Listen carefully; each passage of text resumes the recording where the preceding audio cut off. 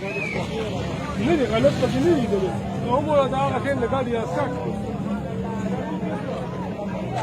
अस्सलाम वालेकुम दोस्तों, जो दोस्त नारायण और कागान का टूर कर रहे हैं, आज ईद का तीसरा दिन है और देख लें जो हालत है, इधर हजारों के हिसाब से गाड़ियां कतार कतार खड़ी हुई हैं।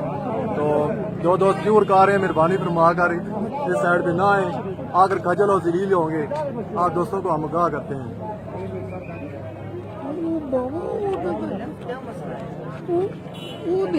आगे रास्ता ब्लॉक है।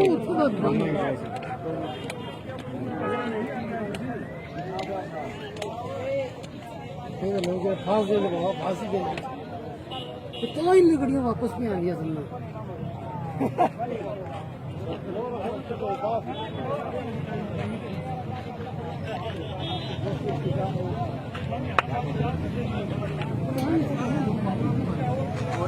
इसी वजह से